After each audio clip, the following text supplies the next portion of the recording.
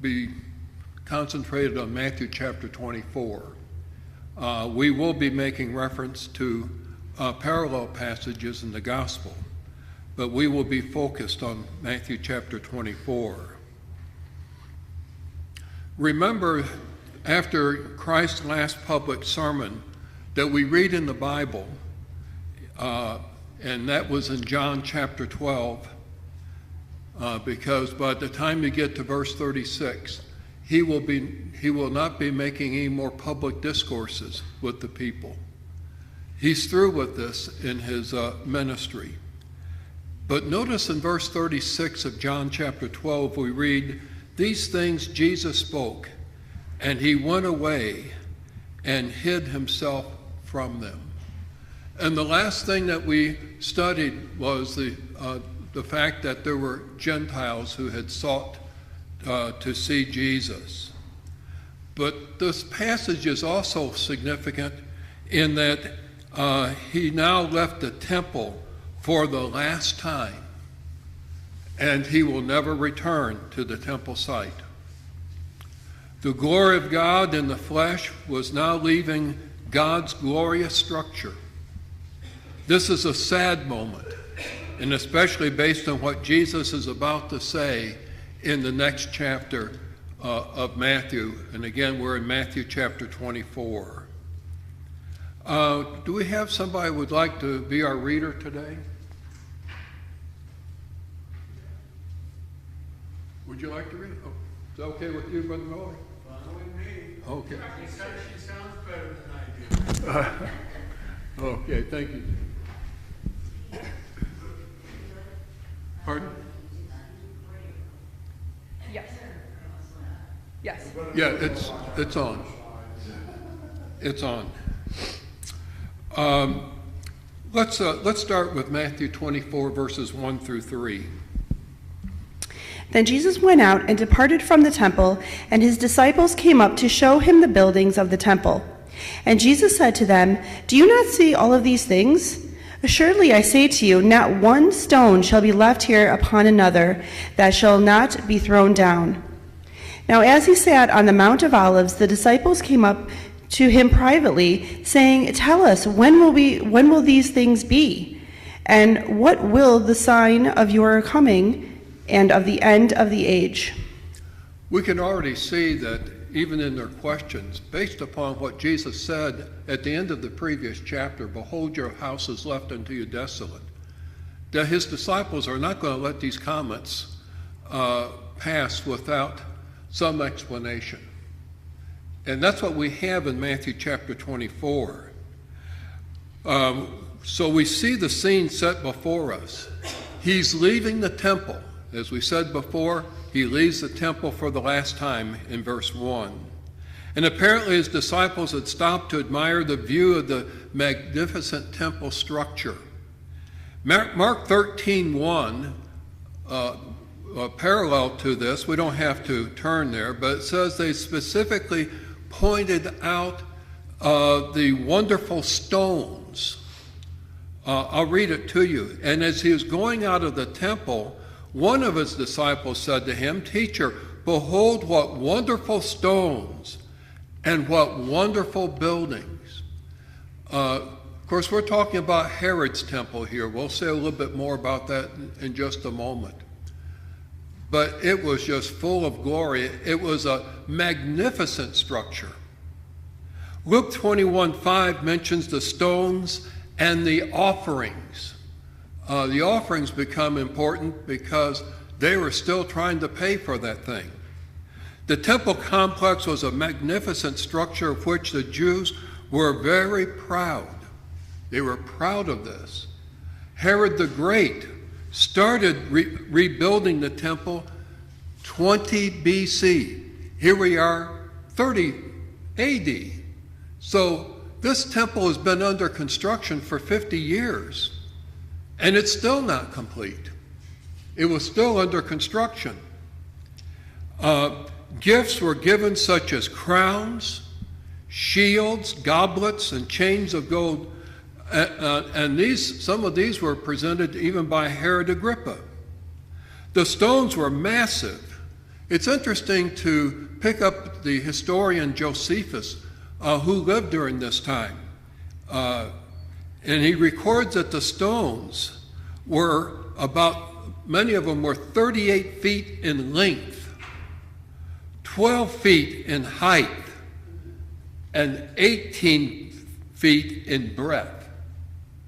Now just think how massive that is. How do you, without machinery, how do you build something? Well, I'll tell you what, with the original temple, if you go back and read 1 Kings chapter 5 and chapter 6, you will find that it took tens of thousands of men to move these stones. Just incredible. In fact, when David designed the first temple, remember he was not allowed to build the temple that was left to his son. Why not? He was a man of blood. He was a man of war. But he designed the temple that Solomon built. And he specified the exact size of each stone, which was not fitted at the construction site, but at the quarry. I'll tell you what, can you turn to 1 Kings 6 and verse 7? An interesting verse, but again, those two chapters, chapters 5 and 6, this is with the original temple. It's magnificent to see what is going on here. King Solomon saw to it that the stones were cut at the quarry, not at the temple site. Let's read verse 7 of 1 Kings 6. And the temple, when it was being built, was built with stone finished at the quarry, so that no hammer or chisel or any iron tool was heard in the temple while it was being built. Now just think about that for a moment. They didn't want to hear that sound. Today we build something when you're listening to jackhammers or something, something like that, but not while the temple was being built. And we're saying, hi, how in the world did they move those great stones? Think about this for a moment. Suppose they moved the stone and the stone was a little bit too big.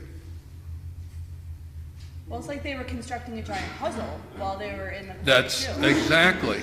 moving it piece And by so piece. it would, if that ever happened, which I doubt, if that ever happened, that stone would have to go back to the or quarry a chunk fell off, broke off or something. Right. in order to be resized. That is really remarkable. As I said before, just reading these two chapters with the original temple is quite amazing. But Jesus has, yes, One interesting side note, when God had commanded his people to build altars, he did not want the stones cut at all. And so he didn't want any construction per se being done at that place where the worship was. that's right. So with the temple, he didn't want the stones cut there, he wanted the bronze in. Already cut, already sized. That's right. Every time I read this, I think about Jesus on a number of occasions talking about himself, saying that the stone that the builders rejected. In other words, the picture is they built their own house, and it was not according to God's plan. And when we say house, their religion. And then along comes the stone, Jesus being the chief cornerstone, and it doesn't fit. Now, usually when you have a chief cornerstone, everything was built around it. But the religion of the Jews had been messed up so badly that Jesus' ministry really didn't fit what they had made. And I find that I find that really tragic. And I wonder if that was something about the idea that these stones were to be perfect. They were already to be correctly sized so that when they were put in place, they belonged there. It's just something I've thought about over the years, simply because Jesus makes reference to that on a number of occasions. So when we get here in Matthew chapter 24, Christ responds to their amazement. You're still in chapter 24? Read verse 2 again for us. And Jesus said to them, "Do you not see all these things? Assuredly I say to you that not one stone shall be left here upon another that shall not be thrown down." When he says one stone not being left upon another but be broken down, what is he referring to there? Destruction of Jerusalem. Well, particularly of the temple. Can you imagine what's going on in their minds? How could that be? These massive stones, and they're going to be destroyed. And so he's talking about the stones, and yes, he's also talking about Jerusalem. We'll get into that too.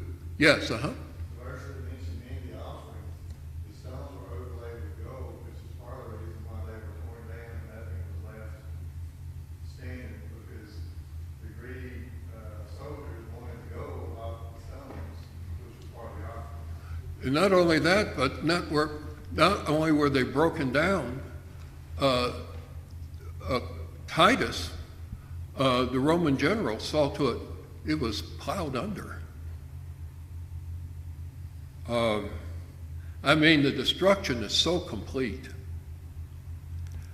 Many people assume that Matthew 24 refers to Christ's second coming and the end of the world. Well, it does, but not all of it. And so it's important for us to view the questions that they ask, in light of how Jesus answers those questions, for he's going to take them in order. Yes, Brother Miller? I got a question, more so for clarification. That you were talking about King Herod's temple, correct? Herod the Great. Herod the Great. How is this in relation to Solomon's temple? Is Solomon's temple completely destroyed? Oh, yes. Oh, yes.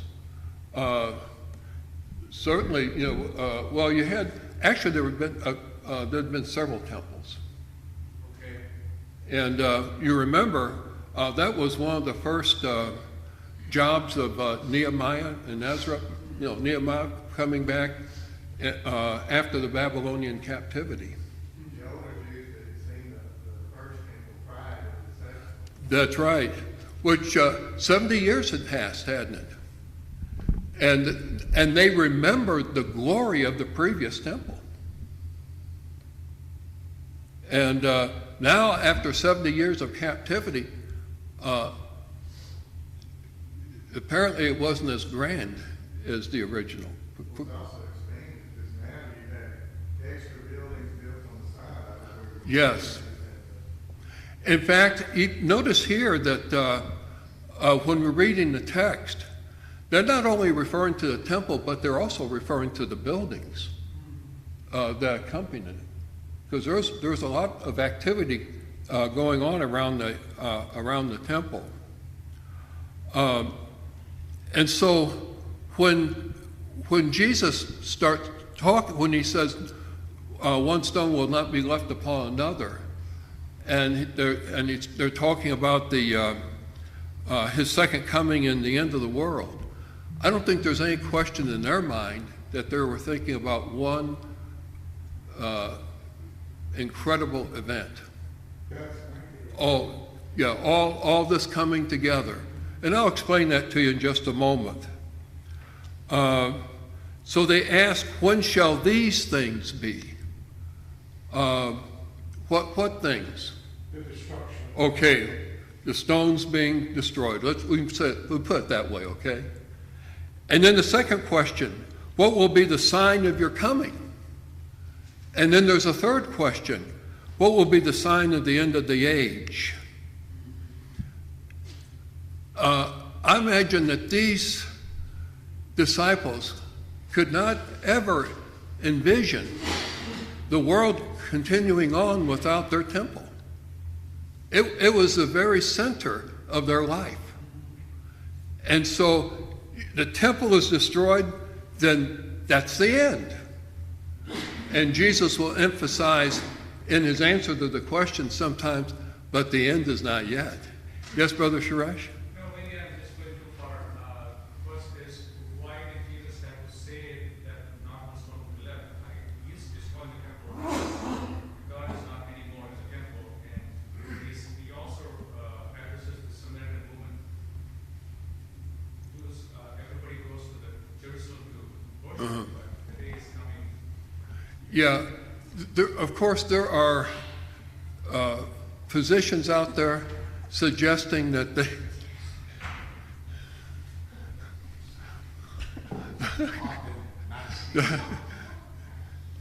that are suggesting that this temple has to be rebuilt, you know. But what's the message concerning the destruction of the temple? It's going to happen in your lifetime. Well, what's the message of it being destroyed? The destruction of, It's complete, isn't it? yes. It's not going to resurrect itself.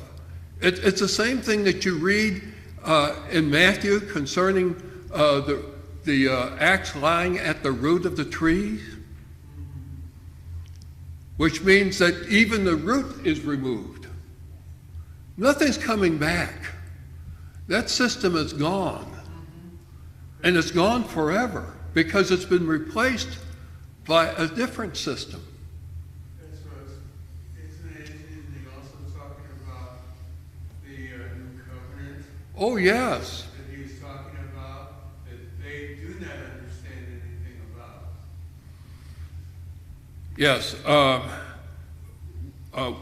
In some ways, this hour will be kind of tied in with the next hour regarding, the background of the Jewish religion. And so they are confused about the destruction of the temple, about Christ's coming, his second coming, and of the end of the world. This becomes evident. Well, there are two words in Matthew 24 that if you focus on these two words, These and those. well, not yet, Steve. If you focus on these two words, it helps put things in order. And those two words are time and sign. They're different times. It's not one time. There's a time for this, and then there's a time for that. And then you have the word sign. Some things will have signs associated with them. Others will not. And of course, people today, they tend to make the same mistake that the Jews made, or the disciples made here. They try to put it all together in one event. And when they say, well, we have the sign of his coming, his second coming. But Jesus makes quite clear there are no signs associated with this second coming. Peter tells us that he'll come as a thief in the night. He'll come unannounced. But there were signs associated with the destruction of the temple and Jerusalem. And we will have time to consider these as we go through the chapter. So I don't want to get ahead of ourselves here. Notice, for instance, that after predicting wars and rumors of war, Jesus declares, but the time is not yet. Matthew 24:6, Mark 13:7, and Luke 21:9. Regarding signs, signs will accompany the fall of Jerusalem, but there will be no signs when the Lord returns to bring the end of the world. Thus, he answers the disciples' questions in the order in which they are asked. By the way, do you realize that this is not the first time that Jesus has referred to the destruction of the temple? Now, admittedly, it's found in sort of veiled language, but now, after talking about it, referring to it, he comes right out and tells them. Can you think of any places where this might happen?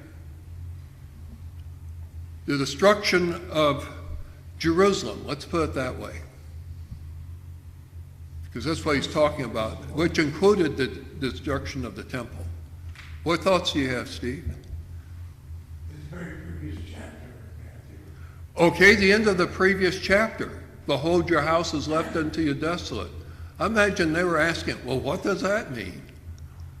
And what does it mean? God's moved out. Yeah, God has vacated. God vacated you. Well, he vacated the temple site. He certainly. But there is also, in the chapter before that, Matthew chapter 22, Jesus issued a parable. And this is the parable of the feast for the king's son, wedding feast for the king's son. Sister Jennifer, would you read verse 7 of chapter 22? But when the king heard about it, he was furious, and he sent out his armies, destroyed those murderers, and burned up their city. Burned up their city. And why is the king enraged? Nobody came to the feast. Nobody Right. had excuses to not come. Yeah, remember when we studied that several weeks ago? That evidently the invitation had been sent out beforehand. They had made the commitment that they would be there, and now it's announced it's ready, They did not come. and they start making excuses. And of course, as with just about all the parables, who is the king? The king is God. God. Yeah, the Father. And this comes as a rejection of the Son. So the servants never cease to kill with the prophets. That's right.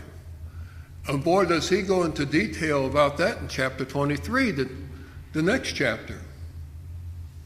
It's included in the woes of their hypocrisy. In Matthew 23:38, Jesus announced that their house, that is their temple, is left to them desolate. You also have the idea expressed in Luke 13 and verse 35. And Jesus plainly states that both Jerusalem and the temple will be destroyed. He's sort of made veiled references to that previously, but now he's leaving the temple site for the last time. And it's he's going to state, he says it to them very pointedly, and he makes sure that they understand. I think it's the type of thing that they can understand, but they don't necessarily accept.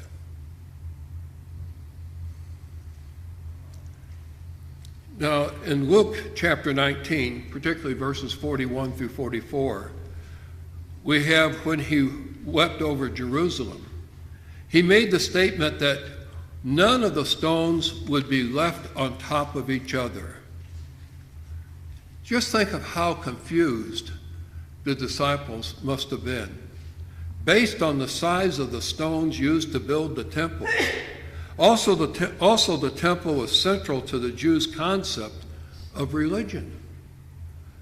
Their whole religion was focused around the temple, and it was the glory of Israel.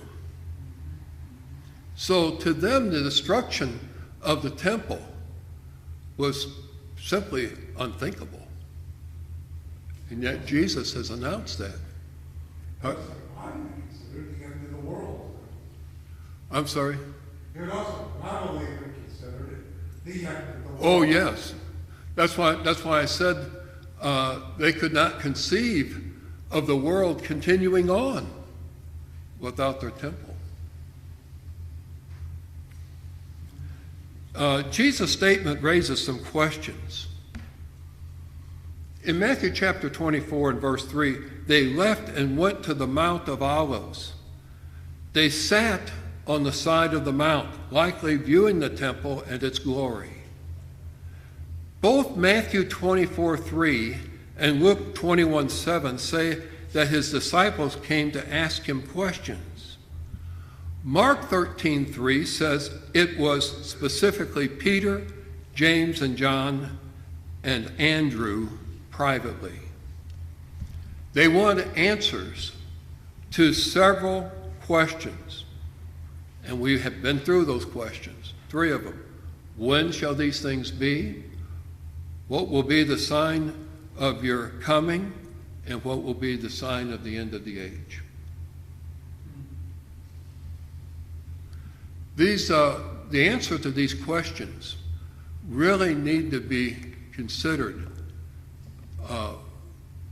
strictly by the context. The disciples were probably thinking their questions were referring to a single event, as I mentioned before. But Jesus separates these events, especially the fall of Jerusalem, from his second coming and the end of the world. When they talked about the second coming, undoubtedly they were thinking maybe at that time Jesus would be setting up his kingdom. Well, yeah, his physical kingdom. What do you think was the last time they thought that the kingdom would be established immediately? What was the last event you think that they would have thought that? Yes, the triumphal entry. That's right. They were probably thinking, okay, it's going to happen right now. And it's not happening now. Yeah. When you look at the word coming, it's a very popular word when you're studying the doctrines of last things, usually called eschatology. It's the word parousia. And it was pointed out to me, and I should have realized this when I've studied it before, that in the gospel accounts, only Matthew employs this word. And he employs it 4 times only in this chapter. Not only what we've been studying already, but later on in verses 27, 37, and 39. It appears 20 additional times in books outside of the Gospels. And the meaning of the word here appears to refer to the arrival of a king. So we can sort of understand some of the confusion here. As Brother Miller pointed out just a moment ago, they mistakenly thought that this kingdom was going to be a physical one. And everything that Jesus has said and done has been contrary to that. It's supposed to be First of all, think about some of the things that he has said that would dictate that this cannot be a physical kingdom. The kingdom of God is within you. Okay? It's within you? What else?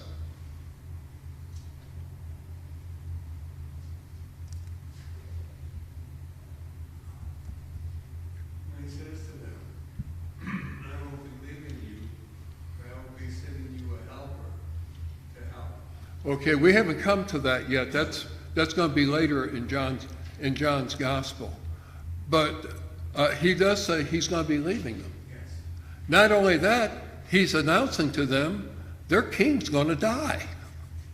And he's repeated that, what, it's a total of 4 times? I know it's at least 3. This is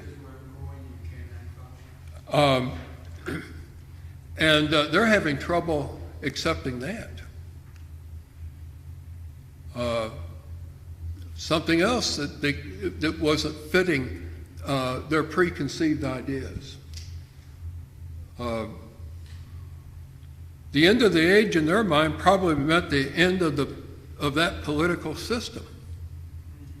They probably grouped these questions together because in their mind, the only time the temple could be destroyed like that would be when Christ came to establish his earthly kingdom. And then you ask yourself the question, if that's what they were thinking, then why destroy the temple?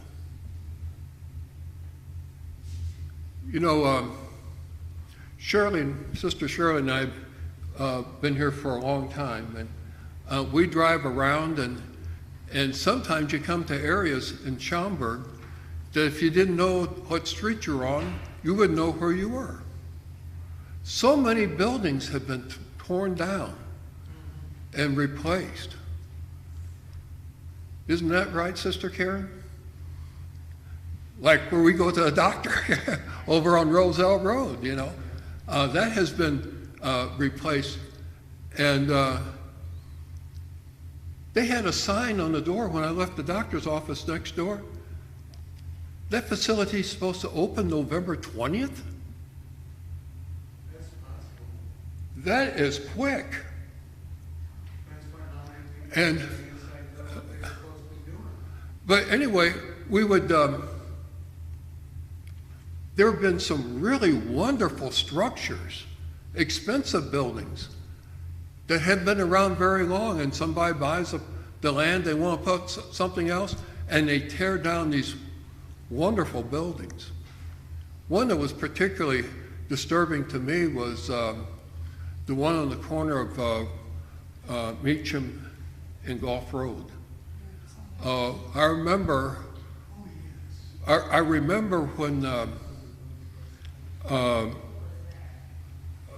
Marshall Field sold to Macy's, and they had moved all their whole furniture section out of Woodfield Mall and built this magnificent building. We were in there, we bought a mattress in there, you know, and with escalators and so wonderful built, not all that old. It's not there now. It's a vacant lot. I guess they're putting up something else, but There used to be a fitness center I don't think at that location. right there in the corner. I'm talking about on the northwest corner. Yeah, it was vacant for a while. A fitness center came in there, and they weren't in there long. In that building? Right. Okay, I didn't even know the building was being used. But when you think about the temple and all the descriptions you have of this temple, how in the world would anybody say that would be destroyed? Again, that thing has been under construction for 50 years. Well, our building doesn't compare to anything. I know. Yeah. But it's even more so because under the laws of Moses, they had to go and assemble there 3 times That's right. It was part of their law. It was exactly that. And it was the place that God had designated. But Yes, uh-huh. we know that Jesus is talking about the destruction of that temple. But wasn't he also talking about himself being destroyed as well? Oh, when he said that he would raise his temple, Yeah. his body, in John chapter 2. Yeah. Yeah. That might be a whole nother study right there. So,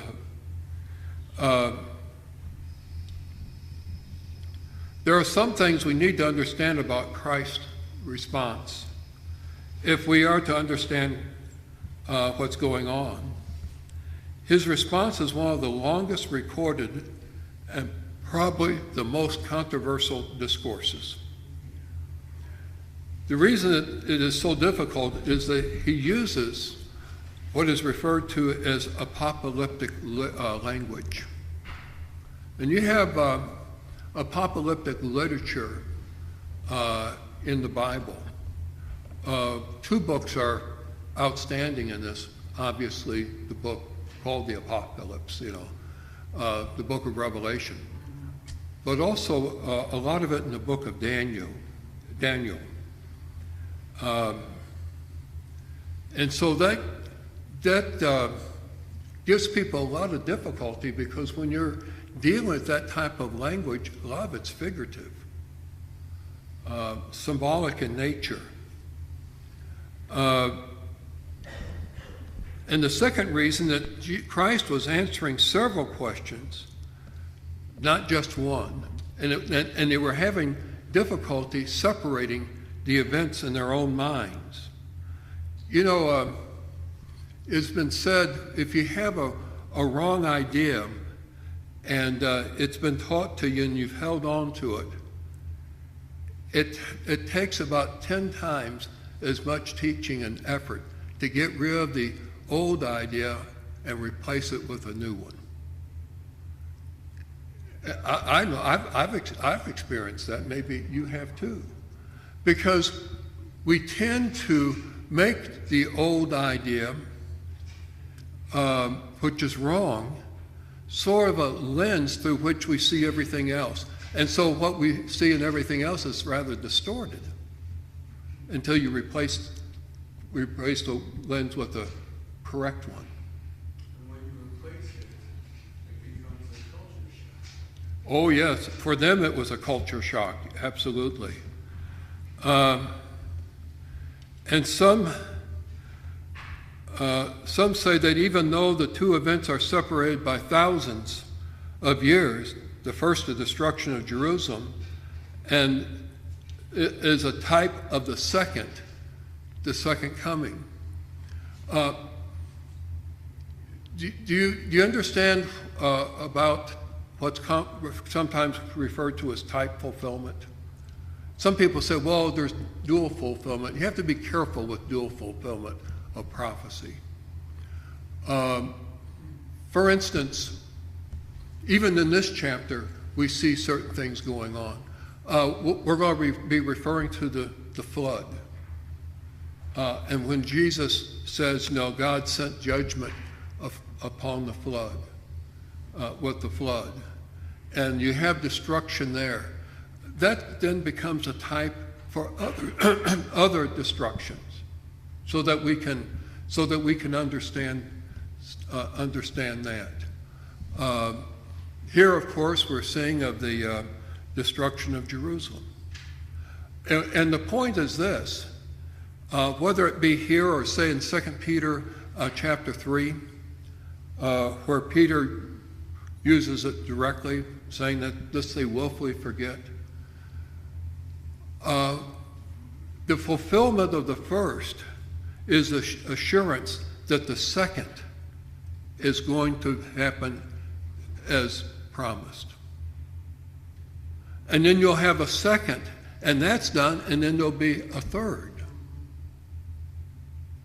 And so we have the flood, we have the destruction of Jerusalem, And now we learn that God's going to destroy the world, but not by water. How do we know that? Because he has already demonstrated he means what he says. So, On the land, there was no warning signs outside of the little station. yes, and Jesus makes reference to that. Brother Steve says they had no warning signs except what Noah said would happen. And he says, so shall be the coming of the Son of Man. Which tells us that there were no signs, just warnings. You either heeded the warning or you didn't. Well, I'll tell you what, our time is gone. And so we're going to be looking at some events unrelated to the destruction of Jerusalem on Wednesday night. And our study is going to be verses 4 through 14.